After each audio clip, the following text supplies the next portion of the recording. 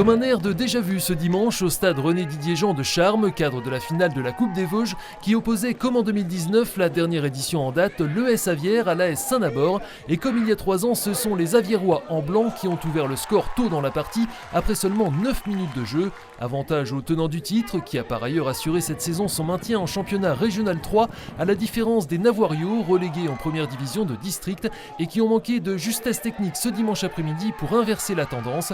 L'ES Avière aura, elle, de sérieuses occasions sur des contres au cours de la seconde période, mais devra attendre la 95e minute pour sceller définitivement sa victoire 2-0 et s'offrir la deuxième Coupe des Vosges de son histoire.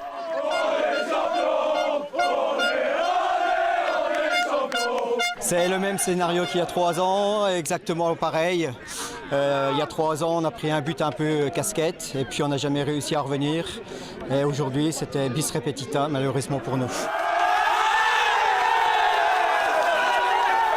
Je suis très fier d'eux parce qu'il faut aller chercher les ressources. On aurait pu penser qu'on était favoris alors que les deux équipes se valent. Donc il faut aller chercher des ressources en fin d'année, refaire des efforts, tout ça. Je suis vraiment fier d'eux. Ouais. Peut-être encore plus que la première fois. Parce que faire le doublé, c'est plus difficile.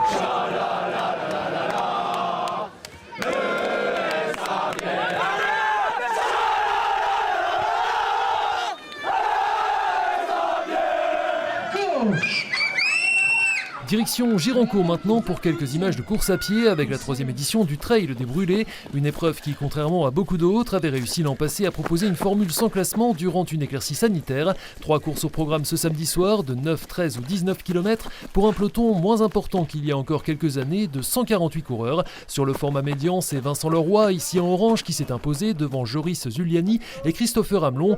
Pauline Godet, ici à l'image, ex-vice-championne de France de cyclisme sur route, a pris la première place. Sur la plus longue distance, victoire sans surprise du grand favori, le spinalien Benjamin Paulin de l'Athletes-Vosges, qui poursuit sa préparation pour les championnats du monde de 100 km sur route fin août.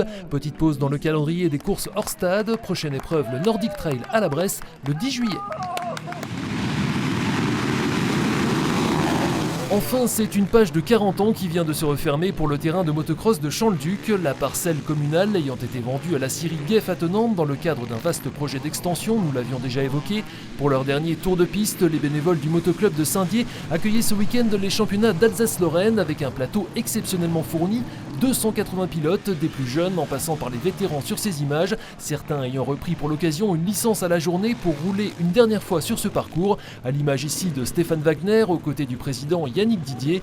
Côté résultat, on retiendra la victoire du spinalien Fabien Lecomte en 125 cm3 et en 450 la catégorie reine de Lilian Henry, pilote de Granges-sur-Vologne.